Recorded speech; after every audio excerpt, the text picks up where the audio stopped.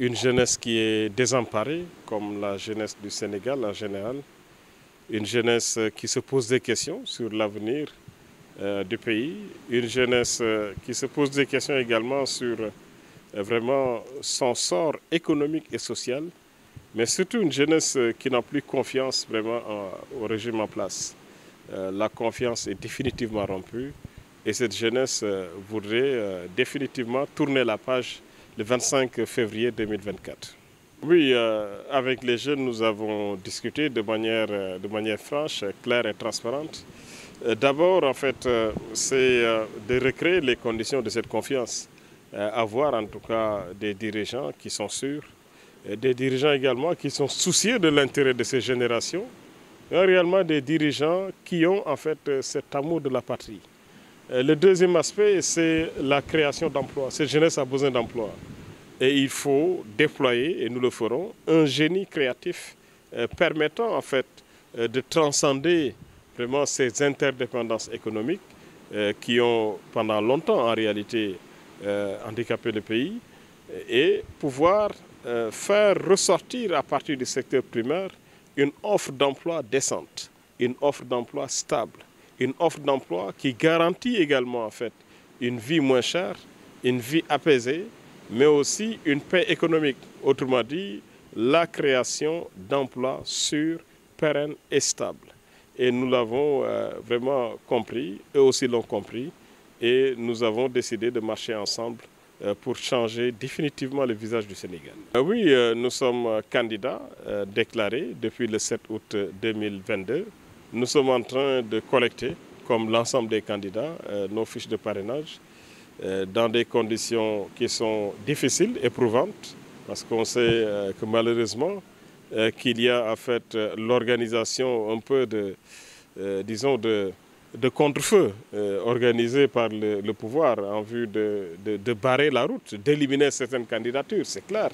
Mais je voudrais rassurer, en tout cas les acteurs, que le Sénégal demeure un pays libre, un pays vraiment digne, avec des populations également qui sont dignes et qui sont dans une démarche citoyenne. Écoutez, je vous ai dit qu'il y a dans ce pays des populations dignes.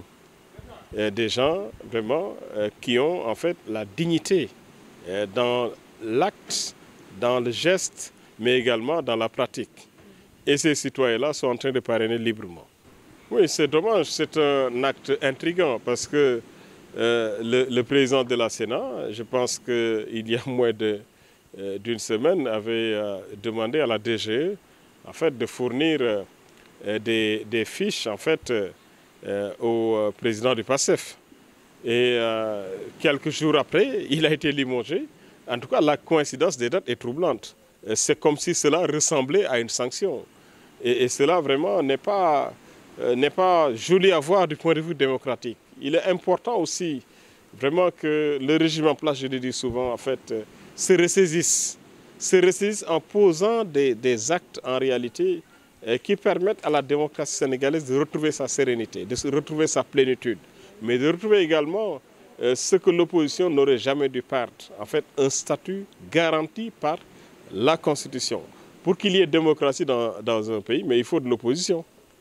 Si vous êtes, ou bien vous voulez réduire cette opposition à néant, ça veut dire qu'il n'y a plus de démocratie. Et nous nous acheminons vers ça parce que l'opposition est martyrisée. L'opposition vraiment est ostracisée. L'opposition dans ce pays souffre de manière atroce. Et je pense qu'il est temps, je l'ai redit, il est temps et de manière forte, vraiment, que le président Macky Sall et surtout son entourage se ressaisissent et se disent que la démocratie sénégalaise doit demeurer en fait forte avant l'élection présidentielle de 2024, durant l'élection et après l'élection. Et la balle est dans leur camp. Il leur appartient maintenant vraiment de jouer le rôle qui est attendu par la population d'eux. J'ai dit ma pensée plusieurs fois, je l'ai redit ici. En ce stade de la procédure administrative, on ne peut en aucun cas refuser à un candidat vraiment l'octroi de fiches de parrainage. Pourquoi? Parce que nous sommes dans une procédure administrative. La Constitution du Sénégal et le Code électoral disent de manière très claire, il y a trois possibilités. Vous êtes représentant de candidats, Vous êtes représentant d'une coalition, vous êtes représentant d'un parti politique ou vous êtes représentant vraiment d'une association constitutive de gens indépendants. On ne peut pas refuser à ces représentants vraiment des fiches de parrainage. Cela n'a rien à voir avec ce qu'on voudrait nous faire croire. Et c'est important que la Sénat vraiment ait adressé cette correspondance à la DGE. Maintenant, nous avons vu vraiment qu'il y a une volonté manifeste, et cela c'est systémique, c'est systématique, vraiment d'éliminer le maximum de candidats de l'opposition. C'est ça la volonté en réalité qui est cachée. D'éliminer pratiquement tous les candidats de l'opposition. C'est ça la volonté du président Macky Sall et de son entourage. Et moi je pense que quand même, il ne serait pas vraiment démocratique qu'un pays se retrouve avec quelques candidats, 100 candidats de l'opposition, à triompher sans, à vaincre sans péril, on triomphe sans gloire. Il est temps vraiment que le régime se ressaisisse. Cette élection doit se dérouler avec des acteurs de l'opposition. Avec des acteurs de l'opposition. Sans cela, c'est comme s'il n'y avait pas d'élection. Et nous lançons un appel vraiment à tous ceux qui sont investis aujourd'hui de pouvoir démocratique pour qu'ils puissent jouer leur rôle dans ce pays et permettre à l'opposition de participer dignement à ces élections.